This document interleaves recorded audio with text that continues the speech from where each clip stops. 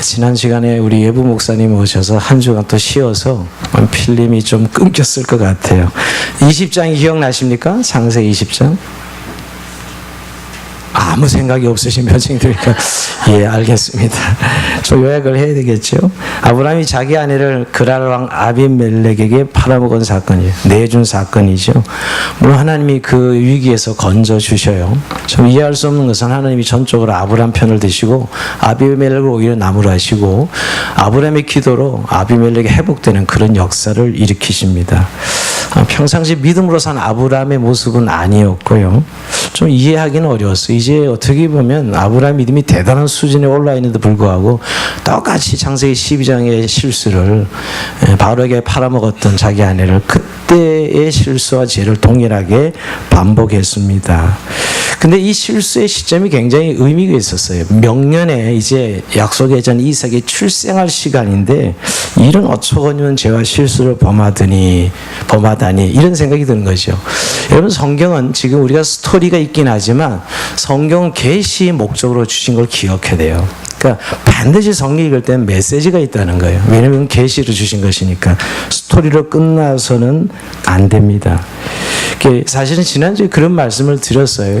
21장에 이제 곧 지금 오늘 읽은 본문죠. 이삭이 약속의 자녀가 드디어 출생하는데 그 앞장에 20장에 이렇게 아브라함의 죄를, 그것도 사라가 사라지면 그 약속의 자녀는 사라지는 거잖아요. 그런 실수를 범하는 장면을 넣은 것은 대단히 의도적이다라고 말씀을 드렸어요. 즉 뭐냐면 약속의 자녀 이삭의 출생은 아브라함의 어떤 조건, 어떤 행위, 어떤 상황과 관계없이 하나님의 약속은 하나님의 말씀에서 이루어진다는 거예요.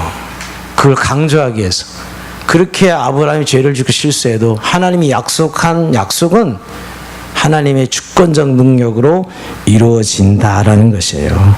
이를 통해서 하나님께서 당신들에게 베푸시는, 당신의 백성들에게 베푸시는 구원의 은혜에서는 인간 측에서는 그 어떤 것도 근거 삼지 않으시는 완벽한 은혜의 선물임을 확인한 거예요. 그 하나님이 주는 구원, 그 은혜는 완벽한 하나님의 작품임을 보여주고 싶어 하시는 것이죠. 약속의 성취는 인간 편에서는 도저히 불가능한 일이지만 하나님 편에서 가능한 일임을 말씀해 주시는 것이에요. 즉 오직 구원은 은혜로만 주어진다는 것을 다시 한번 이 그림과 스토리를 통해서 설명하고 있는 것이지요. 그야말로 구원은 하나님 편에서 일방적인 하나님의 주권적인 재창조 사건이에요. 동시에 하나님의 백성 교회는 하나님만이 만드시는 구원 사건이에요. 하나님이 만드시는, 인간의 노력은 1%도 들어가지 못하도록 하나님만이 만드시는 사건이에요. 자, 이런 내용들이 아직도 잘 귀에 안 들어오는 분들은 성경을 많이 읽으셔야 되고, 이 수준에서 더 안 넘어가면 종교 생활에서 자꾸 미끄러져요. 정말이에요. 맨날 지옥 가다 천국 갔다 좀 신앙이 좀 좋아졌다 나빠 이런 이야기를 계속 그걸 겪다가는 신앙생활 다 보내버려요. 이제 여러분들이 정말 하나님의 주권이랑 하나님의 은혜라는 것을 뼛속 깊이 내가 마음에 인식해올 때 신앙생활은 자연스럽게 일어나야 되는 거예요. 몸부림치는 일이 아니라고요. 신앙생활은. 오늘이 조금 어렵게 들리는 분들은 내가 성경을 정말 더 읽어야 되겠다, 성경적 사고를 계속 해야 되겠다, 하나님 말씀을 계속 들어야 되겠다는 생각을 하시면서 계속 말씀을 따라가면 좋겠습니다. 오늘 우리가 읽은 21장 1절에서 21절까지는 두 사건이라고 볼 수 있어요. 약속의 자녀가 출생하는 장면, 그리고 육신의 자녀 이스마엘이 추방되는 사건이에요. 추방되는 사건. 자, 먼저 우리가 말씀대로 이삭의 출생을 살펴보면 여러분, 아브라함이 나이가 99세까지 자녀를 주시지 않습니다. 100세 되던 해 아들을 주십니다. 무려 25년 만이에요. 25년 만에. 자, 1절, 2절 한번 아주 상징적인데 읽어볼까요? 21장 1절, 2절입니다. 시작. 여호와께서 말씀하신 대로 사라를 돌보셨고 여호와께서 말씀하신 대로 사라에게 행하셨으므로 사라가 임신하고 하나님이 말씀하신 시기가 되어 노년의 아브라함에게 아들을 낳으니. 좀 읽어보면 여러분 스토리 같다면서 이해되지 않는 것이 반복되고 있어요. 그죠? 여호와께서 말씀하신 대로, 여호와께서 말씀하신 대로, 여호와께서 말씀하신 시기가 돼요. 이건 뭔가 강조하고 싶은 게 있는 거예요. 뭔가 의도성이 있는 거죠. 뭘 이렇게 반복해요, 여러분? 그러니까 이삭의 출생이 철저하게 여호와의 말씀으로 이루어졌다는 것을 3번이나 강조하고 있는 것이죠.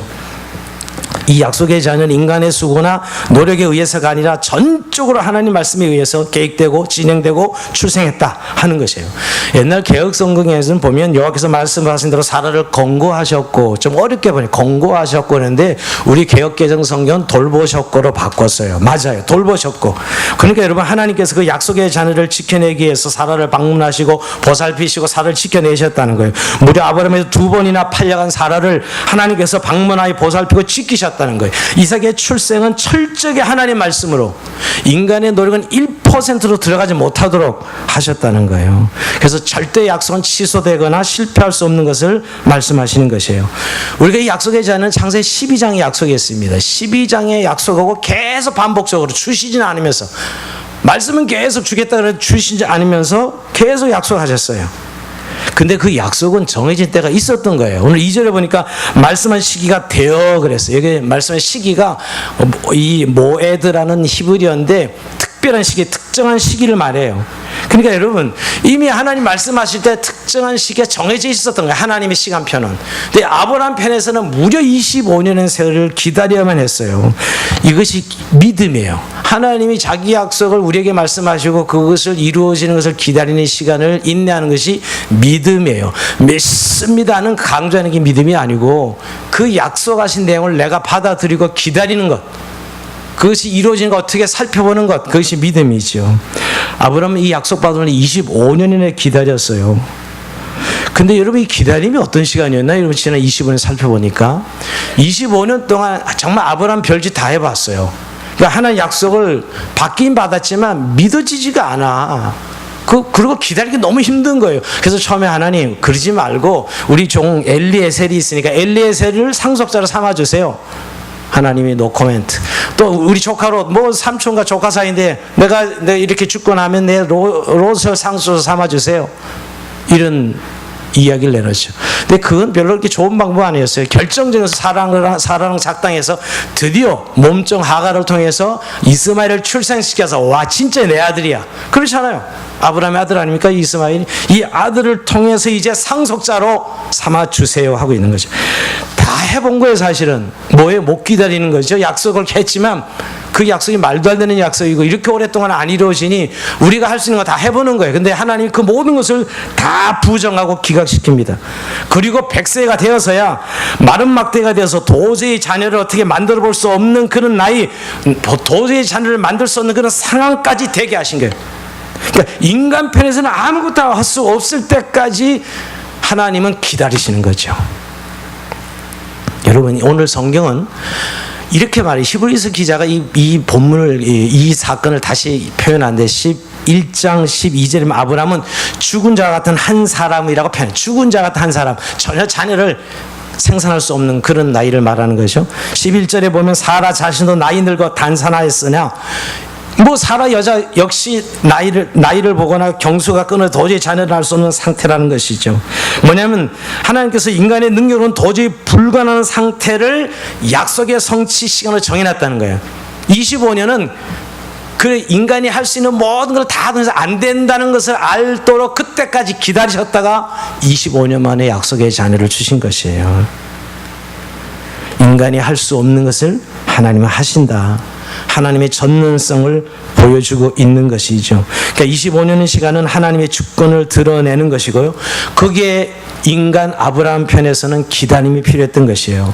우리가 믿음 생활을 기다림이라고 하는 이유가 이 때문입니다.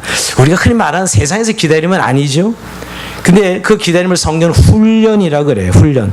성도는 그 기다림의 시간 동안 자신의 불가능함과 하나님의 위대하심을 배우고 하나님을 떠나 사는 자들의 고통과 하나님께 순종하는 자들의 행복에 대해서 경험으로, 체험으로 배워요.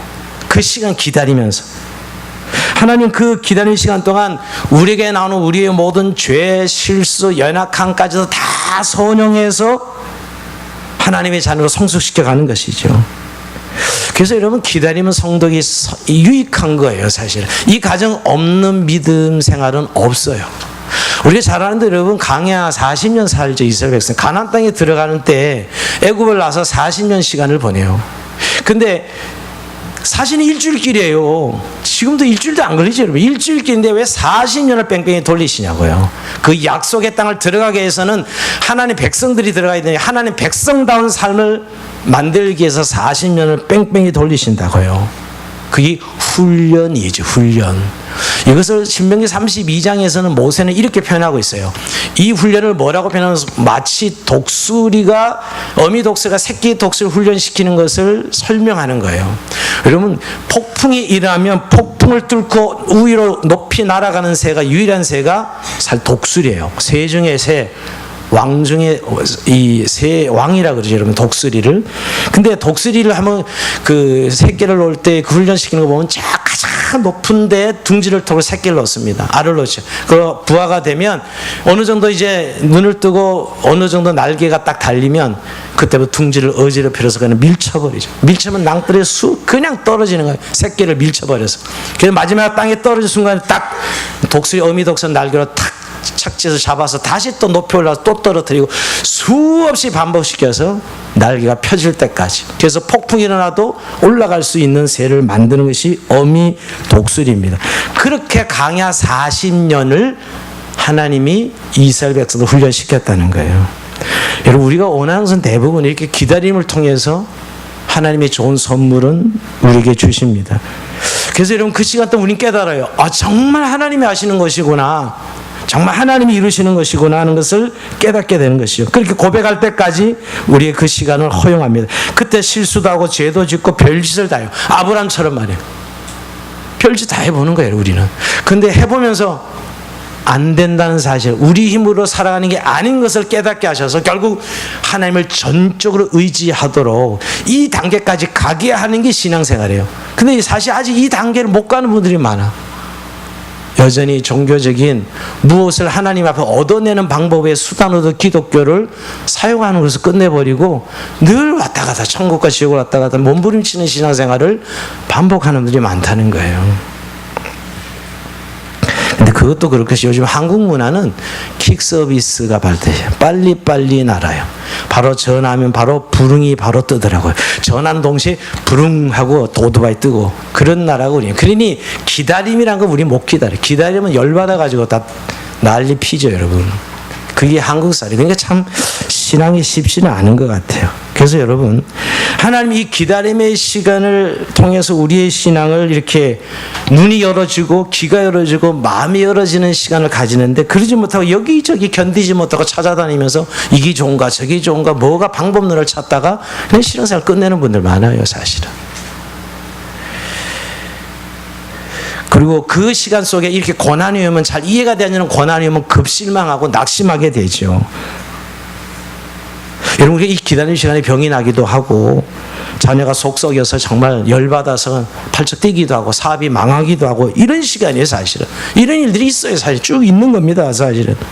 근데 어쩔 때 하나님이 어떻게 나를 이룰 수 있을까? 내가 예수 믿는데 그래도 명색이 내가 직분자고 그래도 11조하고 신앙생활 그런 대로 한다고 하는데 왜 내게 이런 일이 자꾸 일어나는 거야 하면서 사실은 굉장히 힘들어해요. 제 직분자라서 이렇게 잘 솔직히 고백은 못하고 말이에요. 내가 신앙이 좋으면 이런 일이 없어야 되는데, 아니요. 신앙이 좋으면 왜 그런 일이 없어야 된다고 생각하세요? 여러분, 하나님이 우리를 이끌어가는 훈련의 시간 속에 늘 이런 일은 있는 거예요. 저 목사는 여러분보다 훨씬 더 많죠. 더 많죠, 여러분. 그런 일들이요. 근데 여러분, 절대 하나님 나를 저주하시거나 이런 사건이 아니라는 거예요. 물론 정말 우리가 잘못하면 징계하시기도 하시죠. 그러나 대부분 이 기다림의 시간을 통해서 진짜 하나님이 하시는 것을 깨달음으로 우리의 신앙이 하나님 전적 의존형으로 바뀌도록, 그게 성장과 성숙이죠, 여러분. 아직도 교회를 오래 다니도 불구하고 여전히 내가 해야 되는 삶으로 가는 것은 여전히 그 자리에서 바뀌지 않고 있는 거예요. 우리가 그러니까 잘 인내하면 기다려야 되죠. 하박국서에 보면 하박국 선지자도 자기 나라 돌아가는 꼴을 보면 이건 말이 안 돼. 어떻게 하나님 백성이 제사장 국가같이 이럴 수 있는가? 여기에서 열받아서 시험 든 게 하박국이에요. 하나님 이렇게 말씀하죠. 하박국 2장 3절 한번 읽어봅니다. 다시 시작. 이 묵시는 정한 때가 있나니 그 종말이 속히 이르겠고 결코 거짓되지 아니하리라. 비록 더딜지라도 기다리라. 지체되지 않고 반드시 응하리라. 하박국도 이것 때문에 시험 들어서 열받았거든. 선지자도 똑같아요, 사실은. 그래서 훈련의 시간에 늘 우리가 참 비웃기 쉬워요. 우리가 여러분 지난번에 사라와 아브라함에게 약속 이삭을 준다고 하니까 비웃죠. 기가 막힌 웃음. 비웃음이지 뭐겠어요. 비웃음이죠. 근데 오늘 진짜 그 비웃음이 진짜 웃음으로 바뀝니다. 자, 우리 3절 한번 읽어보겠습니다. 자, 아브라함이 아들을 놓고 그 이름을 어떻게 전을 읽으면 시작. 아브라함이 그에게 태어난 아들 곧 사라가 자기의 아들을 이름하여 이삭이라 하였고, 예, 이삭이라 했습니다. 오늘 이삭이 교회 안 왔지요. 예, 요새 안 나옵니다. 예, 마음껏 방황하고 있어 지금. 근데 지가 이름이 이삭인데 어떻게 가겠어? 오겠지. 전 그렇게 생각하고 있어요. 이름을 이삭이라 지어놨으니 어떻게 하겠어요? 이름을 주만이라고 주만 바라보라고 주만이라 지었으니 지가 어디 가겠어? 그죠? 참 이름이 중요해요. 근데 여러분 웃음이란 뜻이에요. 이삭은 웃음. 웃음이에요. 웃음. 왜냐하면 이삭을 약속해 웃었거든요. 이들이. 비웃음. 말도 안 되는 소리 하나님. 무슨 우리에게 지금 자녀를 줘. 비웃었어요. 그러니까 그때 웃음은 부정적인 웃음이었어요. 일종의 비웃음이죠. 인간이 어쩔 수 없는 불신의 한계에서 난 웃음입니다. 인간은 할 수 없게 하나님의 말씀이 이런 식으로 웃을 수밖에 없어요. 근데 오늘 21장의 이 웃음은 그래서 이삭을 씌운 것은 다른 웃음이에요. 6절 읽어봅니다. 6절 시작. 사라가 이르되 하나님이 나를 웃게 하시니 듣는 자가 다 나와 함께 웃으리로다. 이 웃음은 그 지난번에 말도 안 되는 이야기 때 웃은 웃음이 아니에요. 이건 하나님이 웃게 하시니 내가 웃었다 이거예요. 이게 신앙의 어떤 기다림의 어떤 시간이 지나가면 진짜 웃을 날이 온다니까요. 웃으면 두 가지가 있어요. 인간의 한계에서 나오는 불가능의 웃음, 다른 하나는 하나님 능력에서 나오는 승리의 웃음이 있어요. 우리가 신앙을 하다 보면 기가 막힐 때는 이 헛웃음이 나온다니까. 비웃음이 말도 안 되는 그런 상황들이 있잖아요, 여러분. 근데 그런 가운데서 하나님 은혜를 주셔서 기적적으로 축복을 믿고 기뻐하는 그런 나중에 결론적인 웃음이 있죠. 그러니까 여러분 도저히 할 수 없을 때는 비웃음이 헛웃음이 나옵니다. 그런데 하나님께 맡기고 갈 때 진짜 웃을 날이 온다는 거예요. 하나님의 전능하신 믿고 기다리는 자들은 하나님께서 진정 웃게 하시는 그 날이 온다니까요. 하나님이 우리를 웃게 하시는 그날 말이에요. 오늘 사라가 이거는 웃고 싶어서 웃는 게 아니라 하나님께서 웃게 하는 웃음이에요. 웃게 하시는 웃음이죠. 근데 우리 교회는 웃음이 요상한 분들이 몇 분이 계세요. 벌써 여기서 저분이 웃는 소리만 들으면 누구구나, 남수 기집사님구나 이렇게 그냥 알겠어요. 누가 웃고 있구나 지금요. 예, 근데 그런 웃음이 아니고 하나님이 정말 웃게 하시는 웃음 말이에요. 내가 웃고 싶어서가 아니라 딱 자녀 이삭을 딱 출생하니까 헛웃음 했거든. 하나님 자녀 주신다 할 때 진짜 나오는 웃음, 승리의 웃음이 있다는 거예요. 여러분 이삭을 낳았을 때 어땠을까요? 주변의 사람들이 미쳤다고 욕했겠죠. 말도 안 되는 쓸데없는 소리 하지 말라고. 그 아이를 보기 전까지는. 7절 이렇게 표현하고 7절 한번 읽어봅니다. 시작. 또 이르되 사라가 자식들을 젖먹이겠다고 누가 아브라함에게 말하였으려마는 아브라함의 노경에 내가 아들을 낳았도다 하니라. 아멘. 그 다들 지금 이 7절 말이 뭐냐면 말도 아들을 낳아 아브라함이 사라가 애를 낳았다고 미친 소리 이런 이야기. 그런데 봐 아들 이삭을 봐 이런 것이고 너무너무 당당하게. 그래서 웃었다는 거예요. 그래서 그 사실 앞에 말이에요. 실제 사라는 아이를 낳았고 마음껏 사람들 앞에서 웃을 수 있었고 마음껏 사람들 앞에서 자신의 믿음을 이야기할 수 있었다는 것이에요. 우리가 처음에는 하는 약속을 받을 때 웃을 수 없어요. 그런데 그래서 어떤 주눅 들고 나의 꿈 이야기를 할 수가 없어. 분명히 하나님 꿈은 주시는 꿈 이야기하면 미쳤다 소리 듣고 아이고 정신 나간 거 맨날 저렇게 살면서 무슨 꿈을 이야기하고 이런 사람 많다니까. 여러분 우리 주변에 저와 여러분 중에도. 근데 나중에 하면서 하나님 꿈이 이루어지네 진짜. 마침내 웃는다는 거예요. 마침내 당당히 웃을 수 있는 날이 온다는 것이요. 진짜 웃는 날은 언제일까요? 우리가 마지막 날 우리의 구원이 완성되는 그날, 진짜구나, 진짜 하나님 말씀하신 게 진짜 이루어졌구나 하고 그때는 정말 승리의 웃음을 웃을 것입니다. 여러분, 이런 웃을 날을 기대하면서 믿음으로 인내할 수 있길 주의 이름으로 축원드립니다. 근데 여러분, 오늘 이 본문을 보면서 한 가지, 아직도 그냥 이 스토리로 노부모가 기적적으로 아기를 낳았다 이런 이야기가 아닙니다. 이 사건은 계속 제가 반복적으로 상세히 감히 이야기하지만 구속사적 관점에 보면 이삭의 탄생은 예수 그리스도의 오심의 예표고 상징이에요.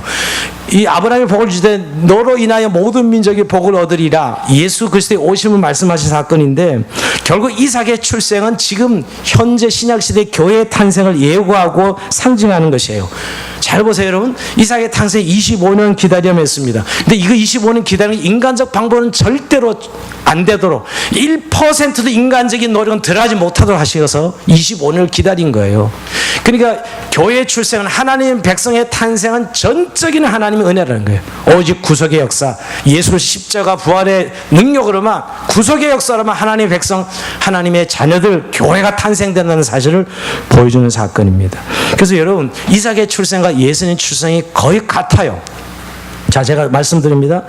여러분, 출생 방법이 인간적인 방법이, 예수님은 성령 잉태되었고 이삭은 경수가 다 끊어지고 남자 여자 그런 성적인 이런 것이 전혀 아닌데 하나님 주신 자녀죠. 예수님은 성령 잉태되었고, 그리고 출생 전에 이삭도 이름이 지어져서 웃음이라고, 이삭이라고. 예수님도 출생 전에 가브리엘을 통해서, 또 여러분 구약의 예수님의 이름이 이미 나왔죠. 그리고 그것뿐만 아니라 수태고지를 통해서 이미 예고된 출생이었어요. 예수님이나 이삭이나. 이거 왜 이렇게 같은 게 많을까요? 그러니까 구약의 예수 그리스도의 오심을 상징하고 예표로 이삭의 출생이 있는 거예요. 그러니까 우리가 구약을 자꾸 이스라엘 역사로 보는 사람이 많은데, 구속사의 관점에서 보면 구약에 똑같이 예수님이 계속 나타나는 거예요.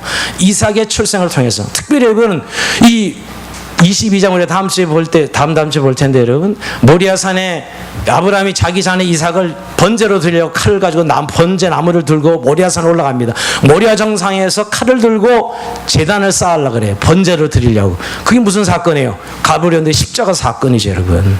아들, 하나님의 아들 예수 그리스도가 갈보리 언덕에서 십자가를 죽으시잖아요. 그게 모리아산에서 번제로 이삭을 드리는 사건이라 이 말이에요. 근데 죽어야 될 이삭은 죽지 않고 하나님 예비된 양으로 번제를 드리지요. 예수님은 자신이 제물되어 자기 스스로 제물이 되어서 죽으시고 사흘 만에 부활하심으로 살아나시죠. 동일해요. 결국 모리아산에 이삭이 드려지는 사건은 갈보리 언덕에 십자가를 지신 주님의 모습입니다. 단순히 노부모가 아이를 기적적으로 낳아서 이 스토리만을 끝나는 게 아니라, 이미 구약에 이미 예수 그리스도를 통해서 교회가 어떻게 탄생될지를 미리 예표하는 모형적인 그런 그림이라는 것이에요. 결국 교회의 탄생을 말하고 있고, 하나님의 백성을 만드시는 하나님의 주권적 섭리를 말씀하고 있는 것이에요. 그래서 성경을 볼 때 여러분, 스토리는 우리가 분명히 잘 알아야 되지만 그 스토리 담긴 계시의 목적을 정확히 읽어야만 우리가 신앙이 그 다음 단계로 성장해 갈 수 있어요. 그러니까 결국 여러분, 예수님이 오시면 우리의 요구나 노력이나 자격이 아니라 하나님의 재창조예요. 하나님이 이 세상을 창조할 때 우리의 인생을 창조했는데, 아담의 원죄로 인하여 아담이 범죄에 타락하지 않았어요. 이것을 재창조하는 사건이 지금 이 이삭의 출생이에요. 그리고 결국 종점이 예수 그리스도의 오심이죠. 십자가에 죽으시고 부활하심으로 교회를 탄생시켜 만드시는 거예요. 그래서 여러분, 항상 성경 처음부터 끝까지 끊임없이 인간의 행위와 하나님의 은혜를 대조해서 인간의 열심과 수고를 하나님이 기각시키고 제거하시고 오로지 하나님의 은혜만을 강조해서 하나님으로 행복해 하나님만 의존하도록, 그게 구원이고 영생이고 하나님과 함께 사는 삶이 영생이고 구원인 거예요. 근데 인간은 끊임없이 자기 노력과 수고로 유토피아를 만들어가죠. 그렇죠? 돈이라는, 번영이라는, 성공이라는 이런 것들을 만들어서 자기 행복과 구원을 삼는 거예요, 세상 사람들은. 근데 그것을 다 기각시키고 오직 하나님으로 다시 태어나는 자들, 은혜로, 하나님의 은혜로 사는 자들, 영생 얻은 자들인 거예요. 자, 오늘 두 번째 사건, 오늘 이스마엘의 추방 사건입니다. 이게 굉장히 중요합니다. 이건 더 영적으로 좀 해석이 필요한데, 왜냐하면 사실 인간적으로 이해가 안 돼요. 여러분, 이스마엘을 이제 결국은 쫓아내는데 이스마엘도 아브라함의 아들이거든요. 이걸 도의적으로 인간적으로 보면 하나님 너무 매몰찬 분이에요. 그렇지 않아요, 여러분? 비록 하갈의 몸에서 났지만 아브라함의 아들인데 어떻게 내쫓아라고 하시는가? 오늘 사건을 보면 여러분, 졌을 때 아브라함은 갈레에 따라 큰 잔치를 베었고 사람들을 초청합니다. 근데 사건이 벌어져요. 21장 8절 9절에 보면 아이가 자라며 졌을 때고 이삭이 졌을 때에는 날에 아브라함이 큰 잔치를 베풀었더라. 사라가 본즉 아브라함의 아들 애굽 여인 하갈의 아들이 이삭을 놀리는지라 희롱했고 조롱했다, 그렇게 표현합니다.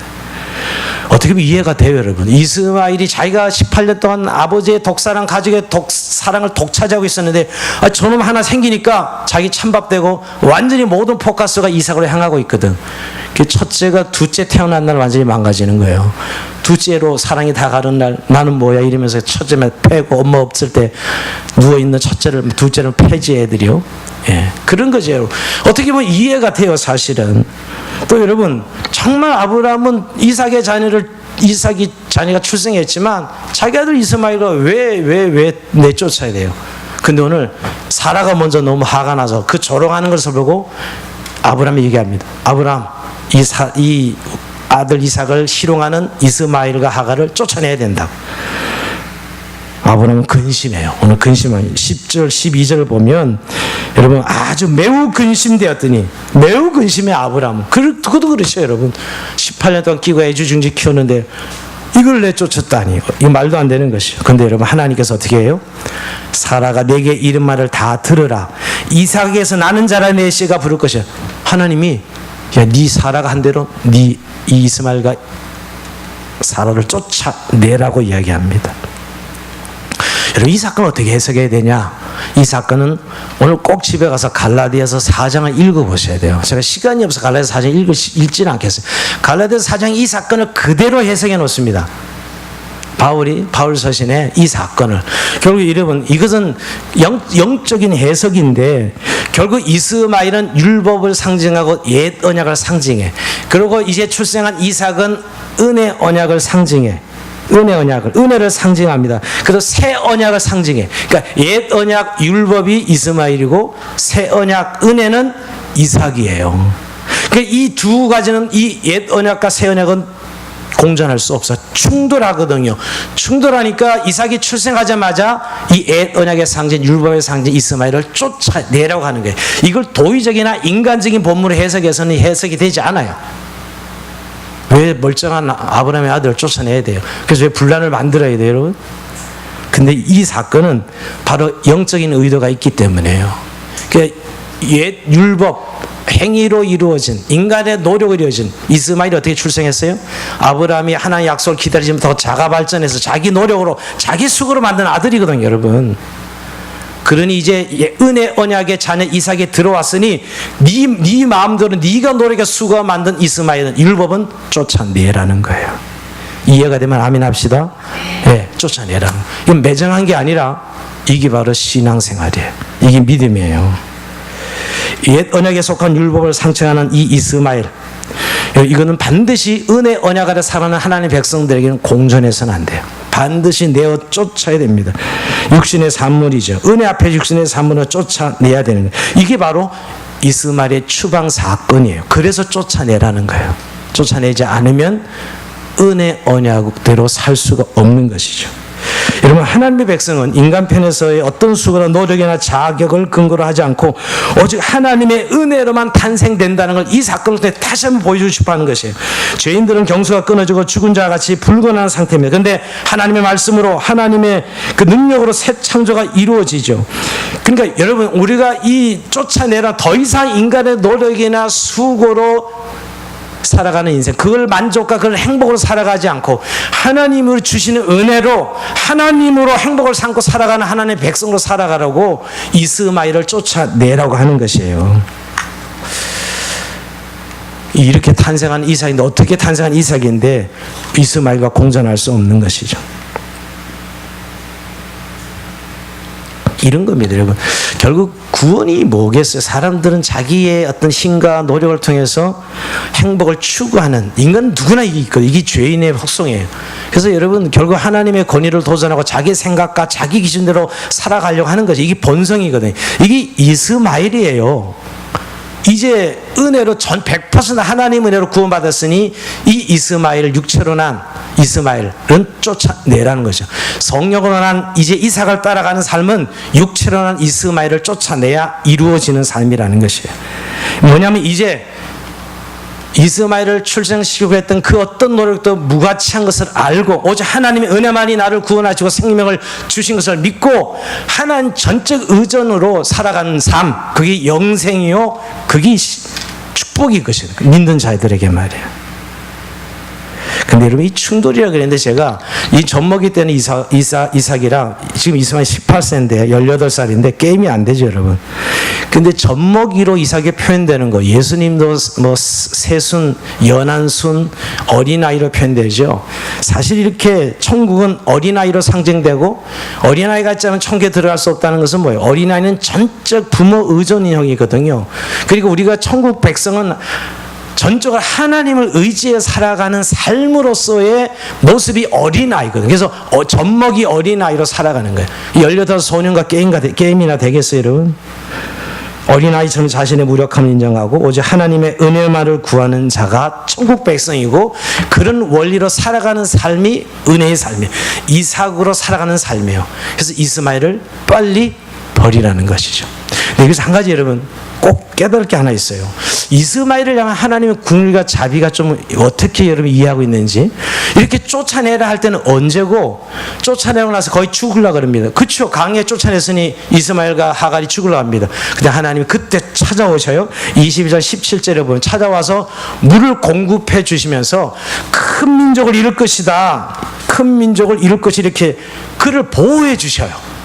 이게 뭐지? 쫓아낼 때는 언제고 말이에요. 이걸 어떻게 해석하셔야 돼요? 그럼 쫓아내지 마셔야지. 쫓아내라고 할 때는 쫓아내셨다가 왜 이스마엘을 지켜주시고 보호해 주시냐 아는 것이에요. 오히려 그래도 예언하기를 큰 민족이 되겠다 이러고 20절에 보면 하나님이 그에 함께 계시며 하나님이 그 아이야 이스마엘을 말합니다. 함께 계시며 그가 장성하여 강에서 거주하여 활 쏘는 자가 되었더니 유명한 자가 되었다는 거예요. 권세 있는 자가 되었다는 것이에요. 자, 여기서 우리가 우리의 세계관 속에 하나님이 이 세상을 통치자는 사실을 자꾸 믿지 않는 분이 있어요. 옛날 우리 근본주의자들은, 저도 옛날 그런 교회 출신인데 여러분, 예수 안 믿는 자들은 완전히 하나님과 아무 상관이 없는 것처럼, 아니요, 이 세상에 믿는 자나 안 믿는 자 다 하나님 통치하시고 하나님이 믿는 자나 안 믿는 자 다 햇빛을 주시고 믿는 자나 안 믿는 자나 다 복을 주시는 분이 하나님이세요.